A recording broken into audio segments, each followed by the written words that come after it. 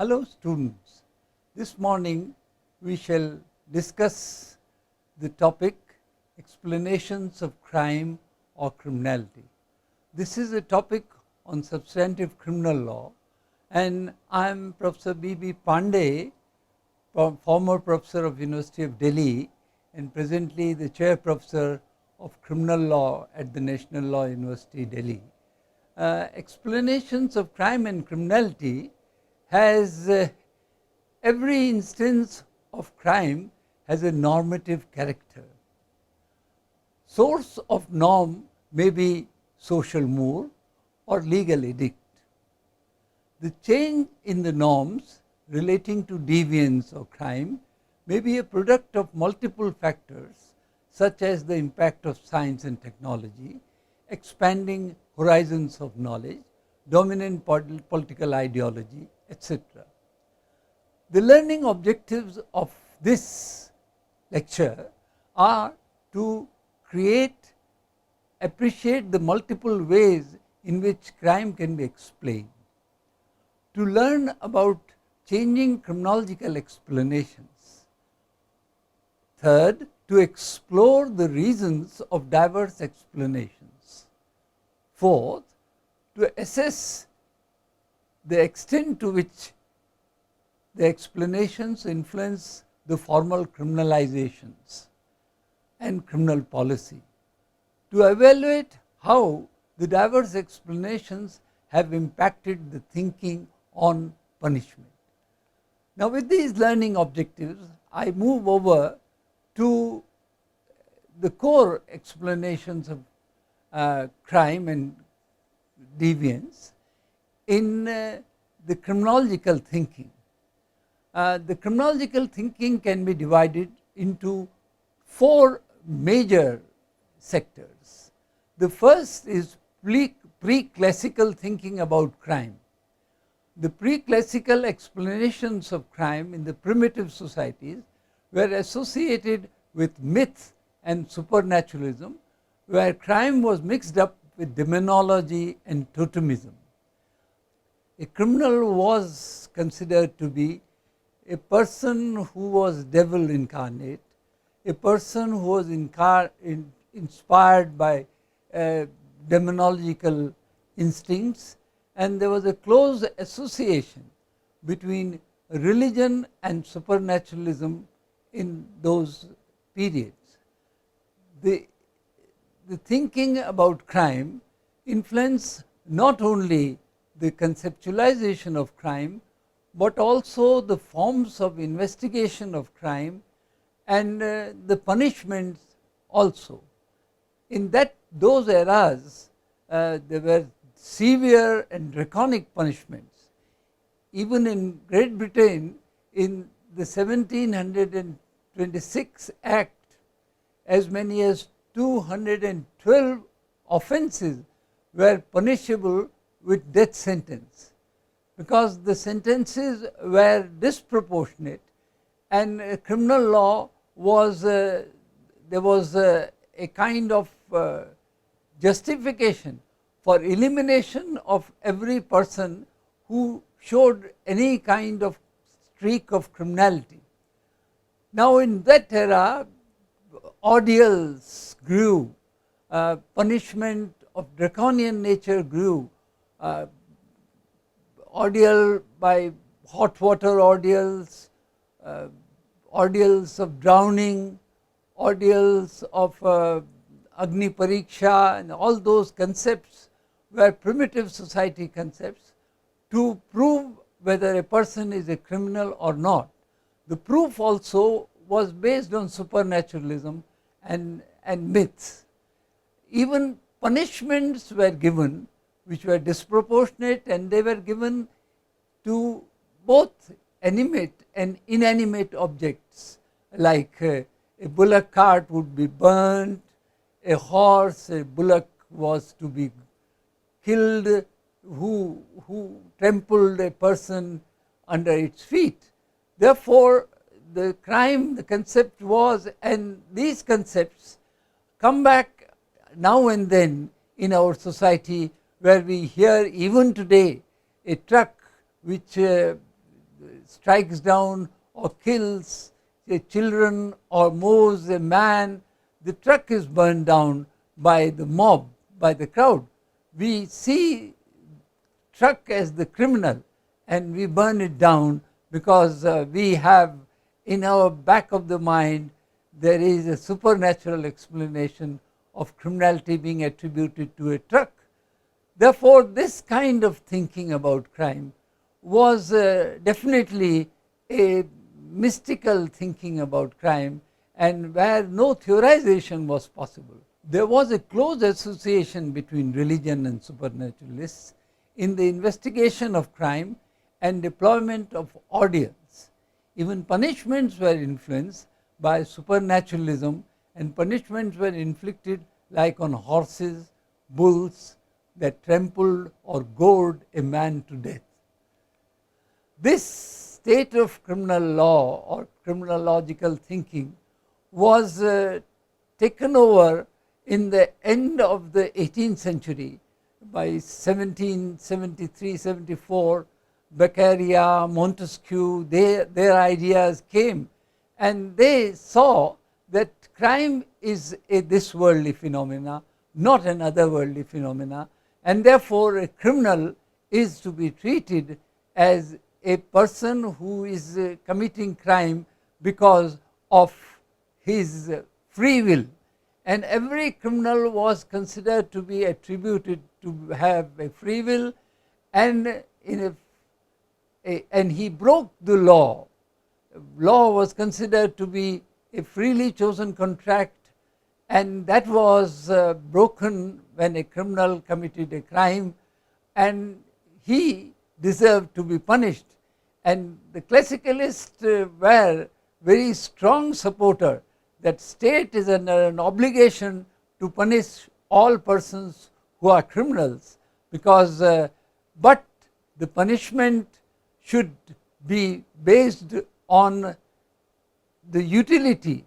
That the essential classicalist thinking about crime were the following: that first, every crime or deviation was crime was considered to be a freely chosen contract was the criteria of crime. Classicalists propounded for the first time that every crime is a freely willed human conduct and not a otherworldly conduct. This made classicalism a kind of a great march over the earlier pre-classicalist thinking, because their crime was considered to be a otherworldly phenomena. The classicalists were the first criminological explanators of crime being a this worldly phenomena. Crime is a freely willed human conduct. Now, for the classicalists, the legal system was a system of freely chosen contracts between men and the liberal society. They propagated a broader theory of social control of every person who seems to have deviated from the norms of the society. The essentials of classicalist thinking about crime were the following. First, the manner in which a state would react to criminals. Second, describing all the law-breaking behavior as essentially pathological or irrational. According to classicalists, appropriateness of all punishment ought to be weighed in terms of hedonistic calculus. Hedonistic calculus was an idea which was introduced by classicalists that premised on the thinking that every criminal derives pleasure out of commission of crime, and if punishment is just enough to increase pain so that the criminal will not indulge in a criminal behavior to derive pleasure out of the activity, he will desist from the crime. But at the same time, the fourth important classicalist thinking was that every punishment must be tested in the touchstone of utility, that punishment should give greatest happiness to greatest number. That showed that classicalists were essentially utilitarians in character. They wanted every punishment to be tested in such tone of utility. The third, the science in the late 18th and 19th century had been influencing all social sciences, and even criminology could not remain untouched by pure scientific method.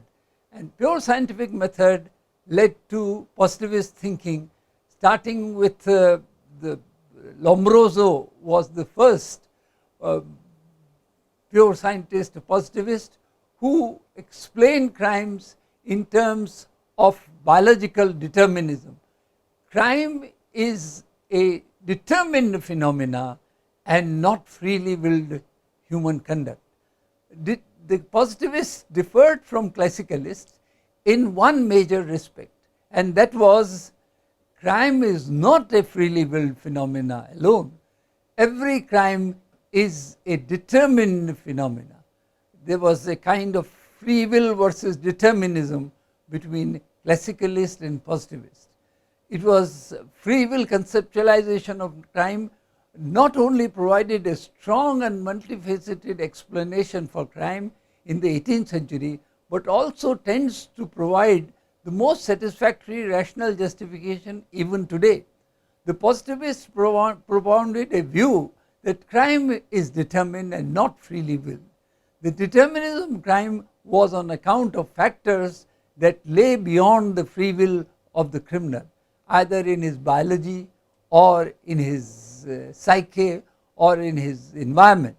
The psychological determinists treated every crime as a consequence of psychological factors. The sociological determinists treated every crime as a consequence of psychological factors. Therefore, the positivists made a clear-cut departure from classicalist line of thinking. They said crime is determined, and determinism became a new criteria for explaining criminality. The positivists propounded a new view that crime is determined, not freely willed. The determinism of crime was on account of factors that lay beyond the free will of the criminal, either in his biology or in his psyche or in his environment, leading to the school of biological determinism, the school of psychological determinism, the school of environmental determinism. And psychological determinists treated every crime as a consequence of psychological factors. Sociological determinists treated every crime as a consequence of sociological factors. Therefore, these determinists brought a kind of element of scientific determinism in the field of criminological explanations of crime and criminality. Now, the positivists were themselves divided into liberal positivists of crime and radical positivists of crime. Now, liberal positivists of crime agreed that legal system reflects the freely chosen contracts between rational man and liberal state. They strive to develop a moral yardstick built on positive scientific lines for the diminution of unwanted behavior that is based on assumption that there exists a social and moral consensus in the society. As against this, the radical positivist position on crime is the reduction of criminality is affected by unscientific ways in which the rule-breaking individuals are handled by the police, judges, and the correctional officials. The three major points of departure for evolving a different moral calculus independent of law was suggested by radical positivists, and the 3 points of departure were: first, there exists certain fundamental human sentiments, violation of which indicates the presence of real crime. Second, it may be possible to specify a consensus which could be quite distinct from the edicts of legal system. Now, the liberal positivist view of crime, the positivist thinking about crime and criminality is divided into two categories. One, that of liberal positivist view of crime. The liberal positivists agree that the legal system reflects the freely chosen contracts between rational man and liberal state. They strive to develop a moral yardstick built on positive scientific lines for the diminution of unwanted behavior that is based on assumption that there exists a social and moral consensus in the society. The radical positivists, on the contrary, say that reduction of criminality is affected by the unscientific way in which the rule-breaking individuals are handled by the police, the judges, and the correctional officials. The three major points of departure for evolving a moral calculus independent of law propounded by radical positivists are: first, there exists certain fundamental human sentiment, violation of which indicates the presence of real crime. Second, it may be possible to specify a consensus which could be quite distinct from the edicts of the legal system. Third, it is possible to make appeal to certain real system needs against which the acts or the law are really dysfunctional. Now, the fourth major thinking about crime and criminological explanation of crime is given by radical thinking about crime and criminality. The radical thinkers radical view emerged in the 1960s that came as a challenge to the hegemony of both classicalism and positivism. In this sense, that both classicalism and positivism were either looking to the crime phenomena or to the criminal, his factors that influence his behavior. But they were accepting the system as non-problematic. As against this, the radicals, Professor Wolfgang had said in 1942, one of his writings, that we have looked long enough to the crime or the criminal, but it is time for us to look to the rotting criminal justice system, the system by which crime is defined and the system by which the criminals are handled. Therefore, they shifted the focus from crime and criminal to the criminal justice system. The radical thinking about crime and criminality can be categorized into two main streams. The interactionist or the labeling theory stream. Crime is merely a label that people in dominant position are able to attach on someone who is in an inferior position. The second radical stream was critical theorists or Marxist stream. They believe the causes of crime to be rooted in the economic, social and political fabric of the society and can be tackled only by effecting major changes in the fabric. As against these four major criminological explanations, there is a fifth, and which is the dominant one, the authoritative version of duly enacted crime. Duly enacted crime says crime is a harmful human conduct that sovereign desires to prevent by infliction of punishment. Crime requires that it should be an outcome of exercise of political sovereign's legislative power. Therefore, if the legislature is free, the sovereign is free to make crimes. The instances are like SC and ST, Atrocities Prevention Act of 1989, the POCSO Act of 2012, the Indian Penal Code, under which diverse categories of crimes are lumped together, and the Indian Penal Code happens to be of 1860 vintage. Professor Andrew Ashworth describes the principle of core of criminal law as Professor Andrew Ashworth was very critical of the way in which over criminalization is rampant in UK, and crimes have been made without keeping in mind the core principles of criminal law. And he identified the 4 core principles: censor persons for substantial wrongdoing. For small wrongdoings, criminal law use is not desirable. He said punishment must be given proportionate to the seriousness of the wrongdoing. Disproportionate punishment, according to him, was a violation of core principle of criminal law. The third was wrongdoers should be afforded due process protections, and they should not be, if they are to be subjected to criminal law, they should not be subjected to without due process protections.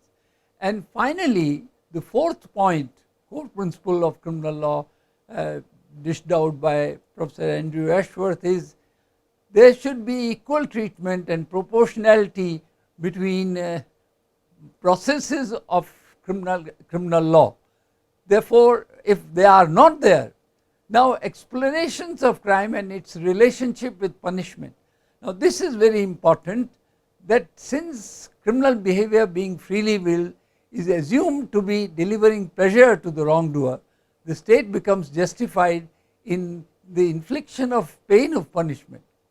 2 distinct approaches of punishments are the just desert approach, the therapeutic or treatment approach. Now the just desert approach to punishment assumes 3 things. Every punishment must fit the crime or the legal infraction. The second, the same punishment must be inflicted for similar crimes. And the third, nature of crime and frequency of criminals' involvement ought to be the sole basis for the quantum of punishment. Now the therapeutic approach, on the contrary, says that punishment is to be given as a measure of individualization. Therefore, individualization of punishment is the sine qua non of every punishment. As a measure of therapy, punishment may be justified on account of retribution, deterrence, incapacitation, and reform of the wrongdoer. The third component of therapeutic approach is act of punishment should be addressed to the needs of each wrongdoer, which could be repressive and harsh, and soft and reform oriented on the other end. Fourth, pure treatment oriented model of punishment lies at the foundation of juvenile justice system throughout the world. And fifth therapeutic approach component is the correctional approach and compromise of techniques such as mediation or reconciliation, etc., has evolved from therapeutic approach itself. Therefore, therapeutic approach is with lot more possibilities and lot more unexhausted implications. Now we come to the conclusion. We have discussed in this paper so far various criminological explanations, why crimes are explained in different historical period differently. Different ideological ideas have been weaved in the explanation of crime and criminality in different historical periods. Various criminological explanations of crime and criminality affects the criminal policy and their consequent changes on the norms relating to crime and criminalization itself. The explanation of crime and criminality not only helps to identify the multiple ways in which crime can be explained. The third conclusion is that the diverse explanations also impact the thinking on punishment and suggests ways and means of punitive reforms themselves. Therefore, this is a very important area for learning for the listeners and students. Thank you.